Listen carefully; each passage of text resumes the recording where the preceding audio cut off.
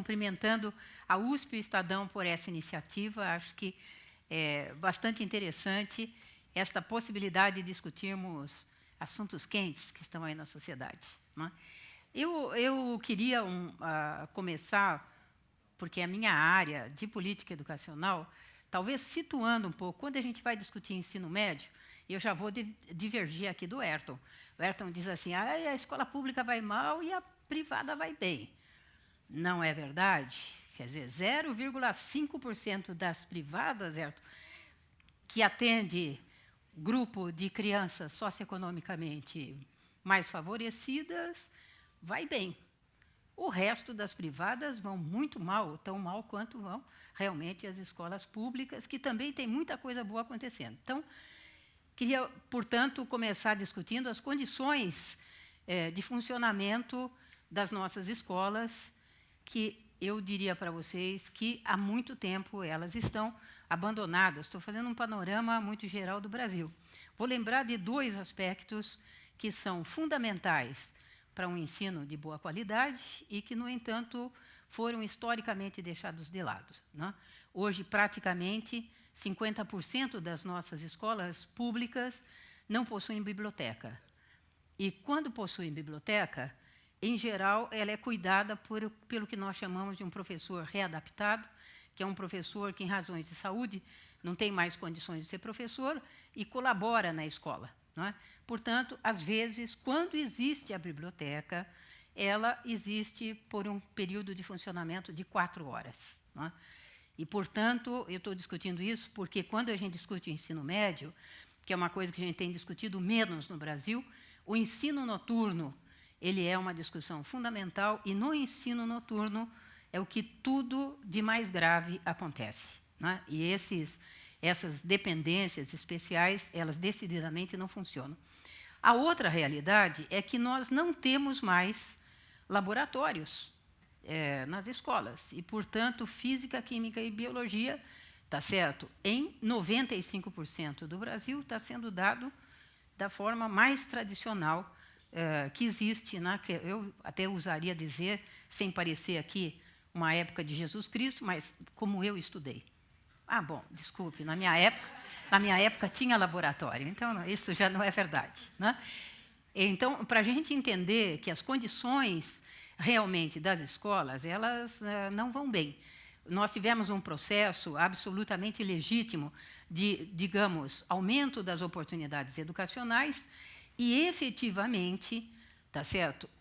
Se desconstruiu, digamos, todas as salas ambientes. De lá para cá, nada foi feito para repô-las, né? Então, nós não temos técnico de laboratório nenhum. Já começamos a ter problema na USP, imagina nas nossas escolas de ensino de educação básica. Então, não é essa questão, é uma questão que nós temos que considerar. Quais são estas condições que a escola vem oferecendo? Para dentro da vida, condições de trabalho do professor, estritamente, né? Vou pegar numa questão aqui que os economistas, em geral, não gostam que nós, educadores, discutamos, mas que é absolutamente fundamental. E é fundamental até porque é muito difícil um economista dar aulas na educação básica. E, portanto, eu tenho até recomendado, quer falar de salário, por favor, assuma por um mês, tá certo? As aulas na educação básica, e aí nós vamos conversar, né?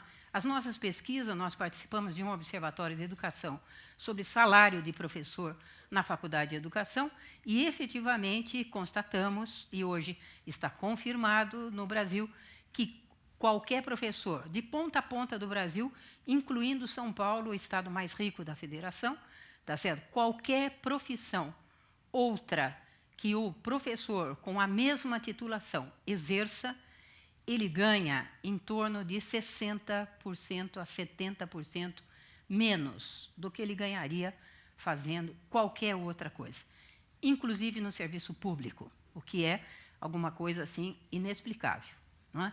Então, para dizer, nós temos já, e evidentemente, isto está tendo uma repercussão negativa. Na USP, infelizmente, nas universidades públicas, nós já temos vagas nos cursos de licenciatura. Por quê?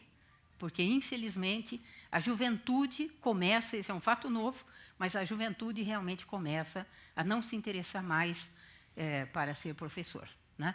Então, isto é uma situação bastante grave. De outro lado, as jornadas, como o professor ganha pouco, ele, obviamente, assume a maior jornada que for possível, e nós, professores, reivindicamos, historicamente, o direito de sermos escravos, né? E, portanto, nós somos uma categoria profissional que pode acumular cargos. E vou citar aqui, também, de uma das cidades mais ricas do país, o município de São Paulo, tá certo? Um professor pode dar, atenção, até 70 horas, aulas semanais, garantido por lei, tá certo? Então, portanto, discutir jornada de trabalho, tá certo? Também é alguma coisa bastante crítica, porque, de fato, ou nós vamos admitir, e queria citar aqui a Escola de Aplicação da USP, Ayrton, que é uma escola pública e de excelente qualidade. E por que ela é de excelente qualidade? Uma das variáveis é porque lá nós temos professores efetivos que têm uma jornada de 40 horas e trabalham 20 horas com os alunos. Portanto, tem tempo de duas coisas fundamentais: planejar suas aulas e, em segundo lugar, logicamente, pedir trabalhos, ler os trabalhos e corrigir os trabalhos. Tá certo? Que nós sabemos que hoje a questão dos testes, das respostas simplificadas, porque os professores efetivamente passam seus finais de semana corrigindo provas, tá certo? Efetivamente, o processo de ler menos também o que os alunos produzem e pedir menos que eles produzam também tem sido uma variável nacional.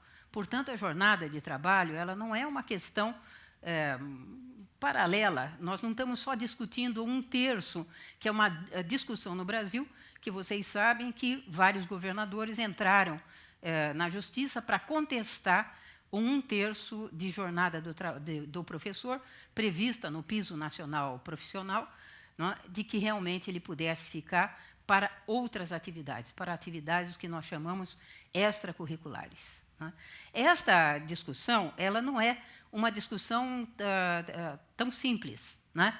E por isso que eu quero levantar em seguida exatamente a questão da formação. Nós temos hoje uma situação delicadíssima. Eu estava lendo aqui o último relatório, que é usando os dados do censo de 2013, sobre o perfil de formação dos professores de ensino médio no Brasil. E é importante que a gente saiba, fora 4 disciplinas, tá certo? Nós já não temos mais, digamos assim, mais do que 65% de professores dando aulas conforme a sua formação específica. Então, vocês vejam a gravidade. Em geral, no Brasil, varia de 40% a 60% dos professores que estão dando aula uma formação específica, tá certo? E vou dizer para vocês, não se trata, essa é uma discussão super também delicada, não se trata hoje de discutir se nós formamos ou não professores em números suficientes no Brasil. Trata-se de que os professores que nós formamos, mesmo os poucos que formamos de física e química, nossos alunos na USP, tenho certeza que na Unicamp também, tá certo? Eles começam a dar aula no ensino público, que a gente estimula que isso aconteça. 30 ou 60 dias depois, quando eles recebem o primeiro olerite ou contra-cheque, como é conhecido, efetivamente eles desistem, né? Em São Paulo, nós estamos com uma desistência diária de 3 professores pedindo demissão das suas funções. Então, essa virou uma bola de neve. Por isso que a gente faz sempre um apelo aqui que os gestores, os dirigentes, os governadores pensem um pouco melhor na gravidade da situação do professor. Nós batalhamos nacionalmente pelos 10% do PIB, né, e por isso estamos todos empenhados no Brasil contra a PEC, que infelizmente ontem, mais uma vez, foi votada contra os interesses das áreas sociais no Brasil, a PEC 241. Por favor, leiam, se interessem. Não é o debate aqui, mas já proponho que seja o próximo, tá certo? Porque é fundamental essa movimentação, a gravidade, alguém propor congelamento no Brasil de 5 gestões por 20 anos, é realmente achar que nós estamos, desculpe, num processo um pouco ditatorial, para que um pequeno grupo, ainda não eleito, realmente possa decidir sobre o futuro pelos próximos 20 anos. Então, a situação ela é realmente bastante dramática, né? Em seguida, quero discutir aqui também, quando nós vamos falar de projeto pedagógico, acho que tem 2 grandes interessados que têm que ser ouvidos.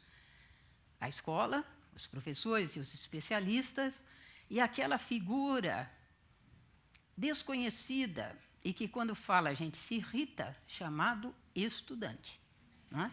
Então, esta discussão ela é uma questão que não é uma questão menor.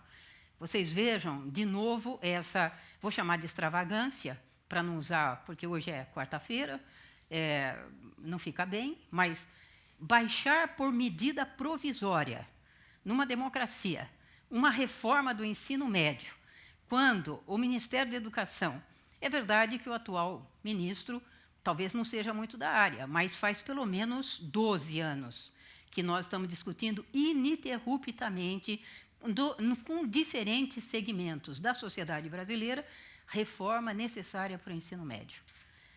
Bom, o que é que sai? Sai essa proposta, uma medida provisória, tá certo? Portanto, impositiva, que em tese entraria em vigor.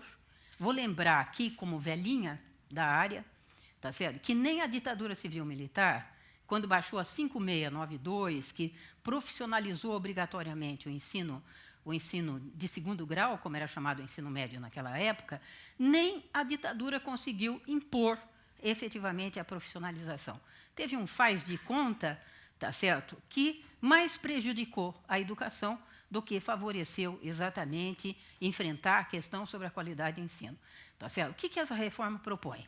Primeiro, para quem já leu, sabe disso, vou só me repetir, há uma redução das disciplinas, inclusive de forma, eu diria, um pouco até perniciosa e maliciosa, porque, de fato, o MEC tem alegado que ele não está mudando tanto o currículo, tá certo? Que isso vai ficar a critério das escolas. Ora, nós sabemos disso, se não tiver professor para dar aula, não vai ter a disciplina, porque lá, obrigatório mesmo, são 3.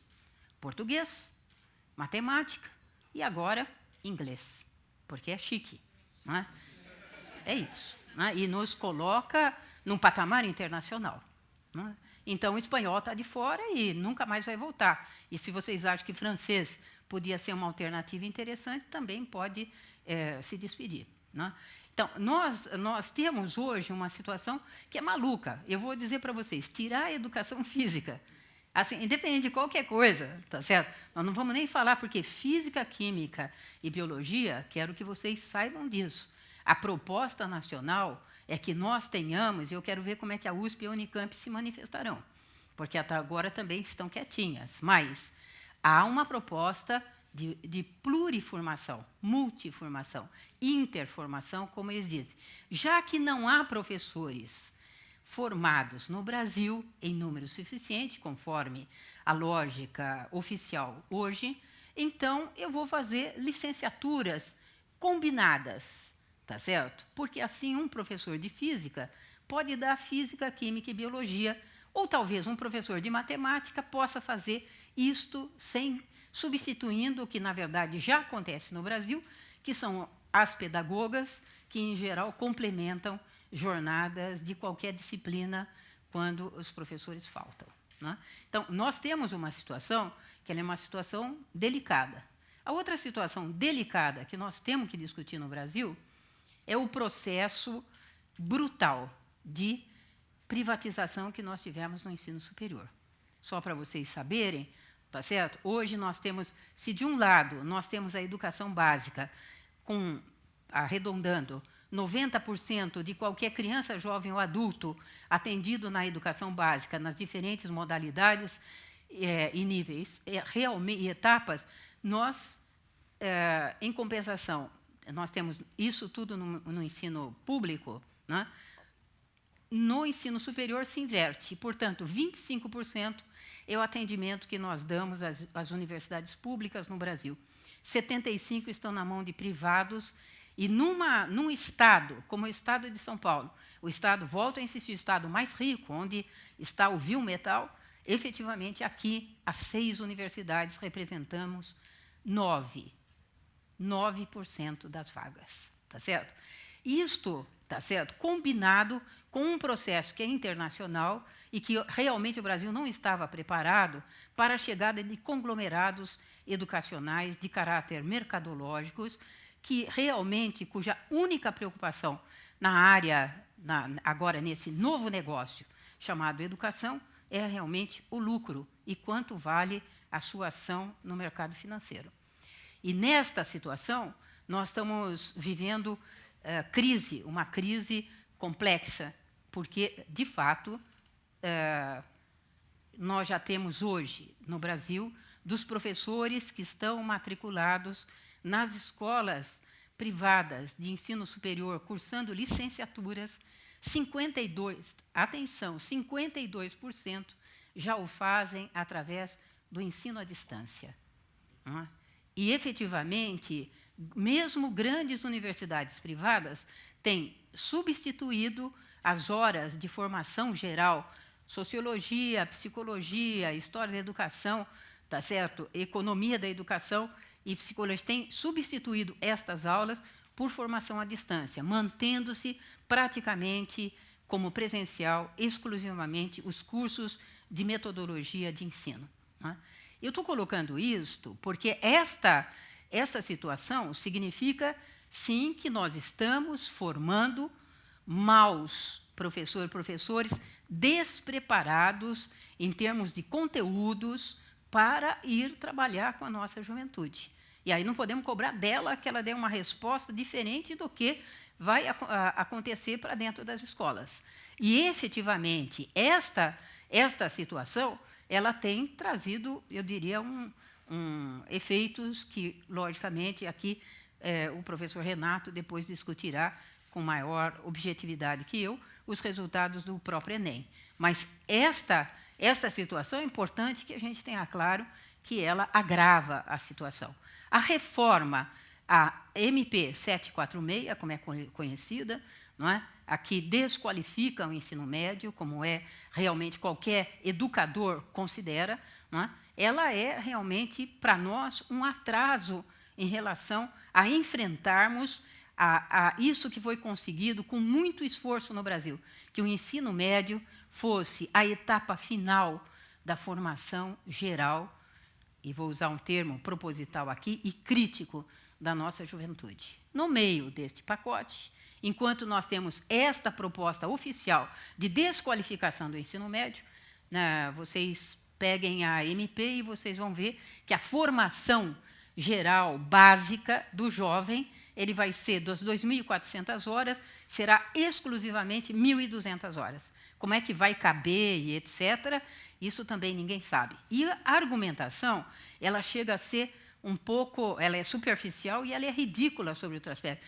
para dizer, não, mas que jovem que suporta 12 disciplinas no seu curso? Bom, todo curso superior tem 20, 25, e eles estão lá, alegres e felizes, pelo menos na USP, tá certo? O que quer dizer isso? Não suporta que tenha filosofia e sociologia? Não suporta que artes realmente possa ser realmente a tradutora e expressão de um lado humanista da nossa juventude e de nós mesmos? É só quando ficarmos velhinhos que vamos fazer artes nas horas de folga? Tá certo? Essa discussão ela não é uma discussão menor. E tirar a educação física, que a gente sabe que um jovem precisa, evidentemente, se movimentar, só se justifica porque não quero construir quadras de esportes e não quero realmente possibilitar outro tipo, inclusive, de ação. Vai ter que todo mundo ficar sentadinho na sala de aula. Então, essa discussão ela não é uma discussão qualquer.